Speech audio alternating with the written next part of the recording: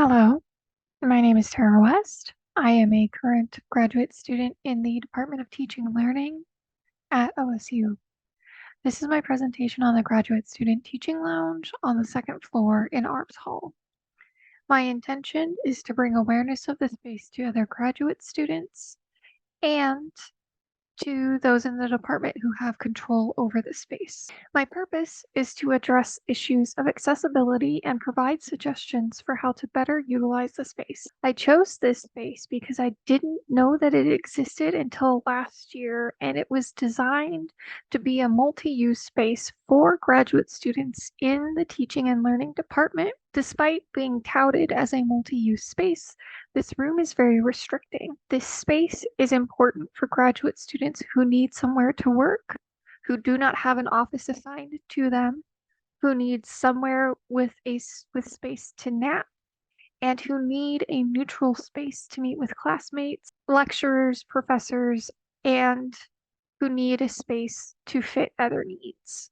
This is a photograph of the Graduate Student Teaching Lounge on the second floor of Arps Hall.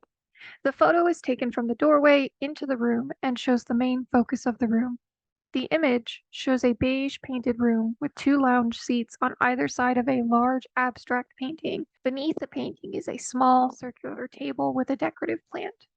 There are throw pillows on the lounge seats and small adaptive tables that grip the right sides of the arms of the seats. These tables are removable.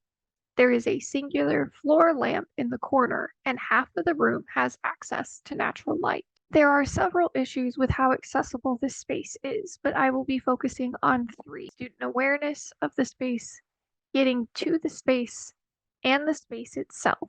The first issue is that there is no indication that this is a space for graduate students. The image here shows the sign for the room 235 with the number in Braille underneath. There is no label to signify what room 235 is. Because this space is within a corner area with other offices, it also implies that room 235 is an office. The second issue is getting to the room.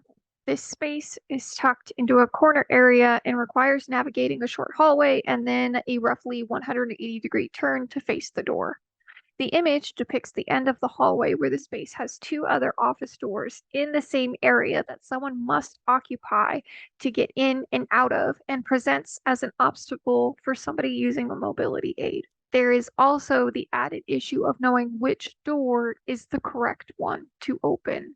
The third issue is the room itself. The image shows a dimly lit room with a couch on the left, a side table tucked between the couch and a sofa along another wall, and a coffee table to the left of the sofa along a third wall. The couch and two sofas are not easily movable. There is one lamp that lights half of the room if someone needs to avoid using the fluorescent lights, and there is no blind to block out the natural light if someone wants to try and take a nap or is light sensitive.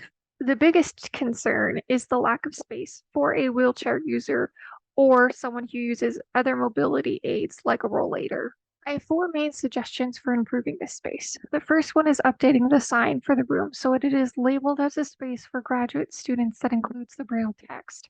Sarah Hendren, who contributed to re-imaging the wheelchair accessible icon, notes that updating the sign for rooms or for accessibility issues to be more active better reflects what the space is and also who the space is for. My second and third suggestion go hand in hand. In order to build individual desk spaces into some of the wall areas in the room, the side tables would need to be removed in order to provide that space.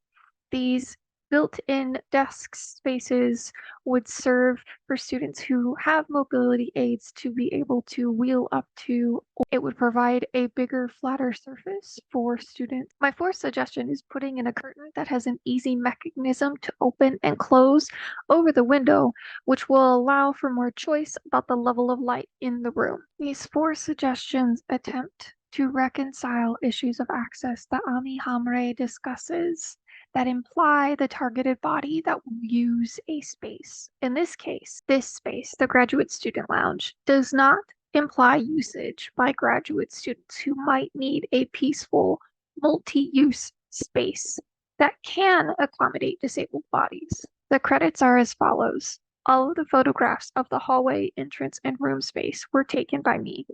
Sarah Hendren's 2016, An Icon is a Verb, and Ami Hamre's 2019 speech, Making Access Critical, Disability, Race, and Gender in Environmental Design. Thank you.